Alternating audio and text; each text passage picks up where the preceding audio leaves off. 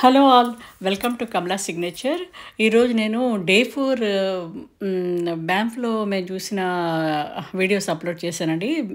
బ్యాంఫ్ నుంచి మేము యాక్చువల్గా జాస్పర్ వెళ్ళాము. జాస్పర్లో Columbian ice field, sky walk అది చూసామన్నమాట.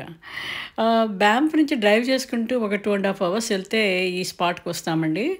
ఇక్కడ టికెట్ కొనుక్కొని మనం వాళ్ళు అరేంజ్ చేసిన కొలంబియన్ ఐస్ ఫీల్డ్ బస్సులో వెళ్ళాలి. అదిగోనండి అవే ఆ బస్సులు. ఆ బస్సు ఎక్కాక కొంత దూరం వెళ్ళాక మనల్ని మళ్ళీ ఇంకో బస్సుకి ట్రాన్స్ఫర్ చేస్తారండి. ఆ సెకండ్ బస్సు మనని గ్లేషియర్కి తీసుకెళ్తుంది. దట్స్ మై డాటర్ అండి. We were waiting for the bus. So ఈ ఫస్ట్ బస్ ఎక్కి కొంత దూరం ట్రావెల్ చేశాక ఈ స్పాట్కి తీసుకొస్తారు. అప్పుడు ఈ బస్ ఎక్కాలి. మీరు నోటీస్ చేస్తే ఈ బస్సు టైర్స్ చాలా స్ట్రాంగ్ వింటర్ టైర్స్ పెట్టారు. ఎందుకు అంటే రాకీ మౌంటైన్స్ ఎక్కి ఒక మౌంటైన్ ఎక్కి దిగితే అథబాస్కా గ్లేషియర్ వస్తుంది. సో అది దిగేటప్పుడు చాలా జాగ్రత్తగా కేర్ఫుల్గా దిగాలి. వాడు ఒక సెకండ్కి ఒక చిన్న మూమెంట్ అలా ఇచ్చుకుంటూ దిగాడు. అంత రిస్క్ మాట. చాలా భయమేసింది నాకైతే. సో అలా దిగాక ఇదండి గ్లేషియర్.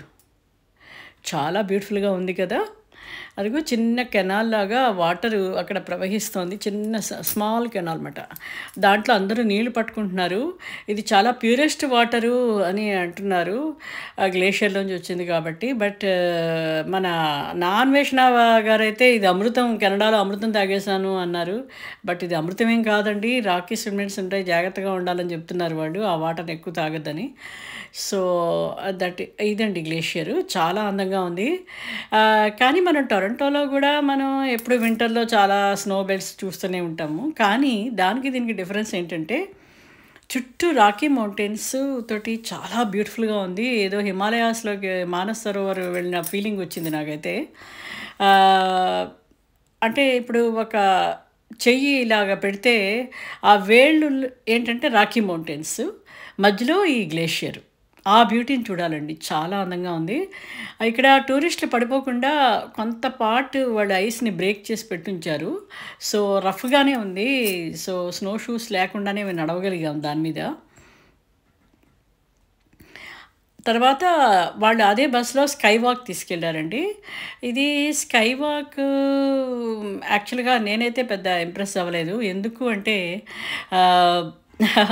గ్రాండ్ క్యానియన్లో గోల్డ్ మైన్స్ మీద ఉన్న స్కై వాక్ వెళ్ళామండి. అది రాజుని చూసిన కళ్ళతో వేరే వాళ్ళని చూస్తే పెద్ద ఇంప్రెస్ అవ్వరు అన్నట్టుగా నేను గ్రాండ్ క్యానియన్ స్కై వాక్ చూశాక ఇదేం స్కై వాకు అనిపించింది నాకైతే. బట్ ఏంటంటే ఒక హై రైజ్డ్ అపార్ట్మెంట్ నుంచి చూసినట్టుగా వచ్చింది ఫీలింగ్. పెద్ద హైట్ లేదు అది.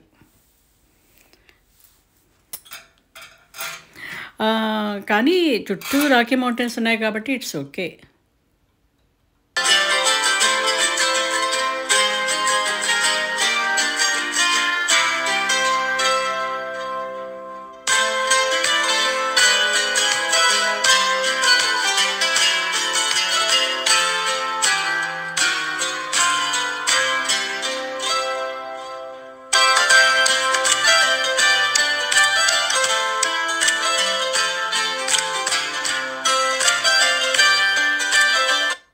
అదిగోండి అంతే హైట్ ఉంది. పెద్ద ఇది వర్త్ కాదు కానీ బట్ వీ కెనాట్ అవాయిడ్, ఎందుకంటే అది ట్రిప్లో పార్ట్ అది. నెక్స్ట్ మేము బ్యాంఫ్ వచ్చేసామండి. బ్యాంఫ్ వచ్చాక ఈ పీటోలోకి వెళ్ళాం.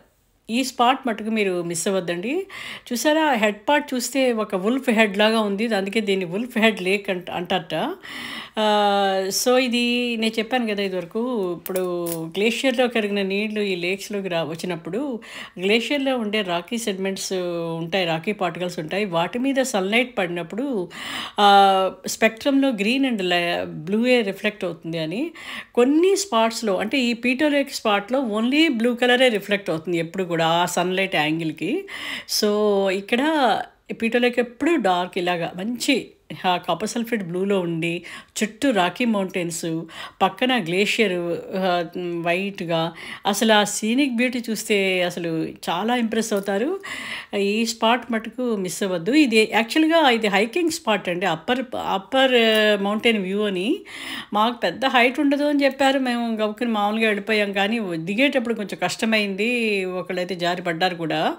అందుకని ఇది 78 మీటర్స్ హైకింగ్ ఉందండి. సో స్టిక్ అది పట్టుకుని వెళ్ళండి, అది ఒక ప్రికాషన్ తీసుకోండి.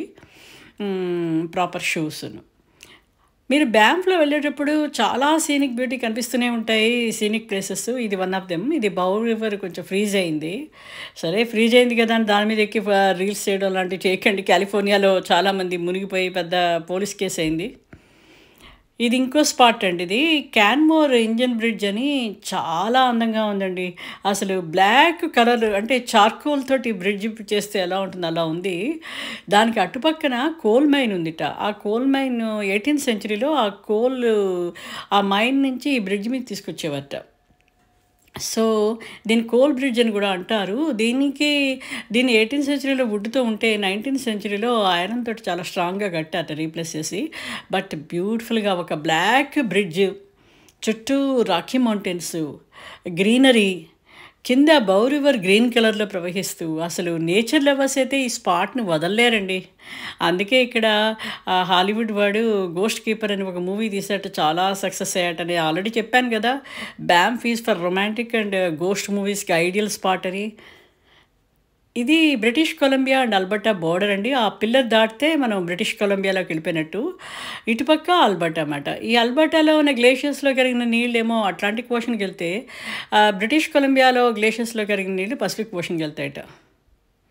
చాలా బాగుంది కదా. ఇలాగ జస్ట్ ఇలా బార్డర్ దాటుతామన్నమాట. ఇక్కడ ఇది రేడియం హాట్ స్ప్రింగ్స్ అని బ్రిటిష్ కొలంబియాలో ఉన్నాయండి.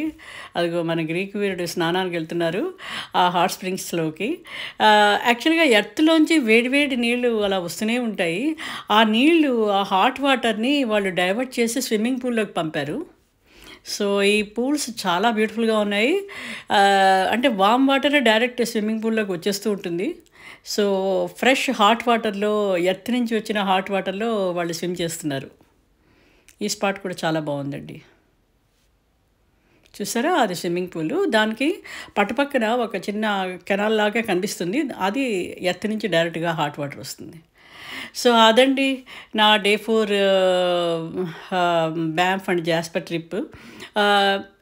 మీరు డే 1, డే 2, డే 3 చూడకపోతే ఆ వీడియోస్ కూడా ఎంజాయ్ చేయండి. దీంతో బ్యాంఫ్ ట్రిప్ కంప్లీట్ వీడియోస్ అప్లోడ్ అయిపోయాయి. ఇక మీదట నేను కుకింగ్ వీడియోస్ రివ్యూస్ చేస్తానండి. అంటే చాలా ఉన్నాయి కదా కుకింగ్ వీడియోస్, వాటిని ట్రై చేసి ఏది వర్కౌట్ అవుతుందో మీకు చెప్తాను. ఓకే, కొన్ని శారీ వీడియోస్ కూడా చేస్తాను. Hope you will enjoy. ఓకేనండి, సీ యూ సూన్. బాయ్.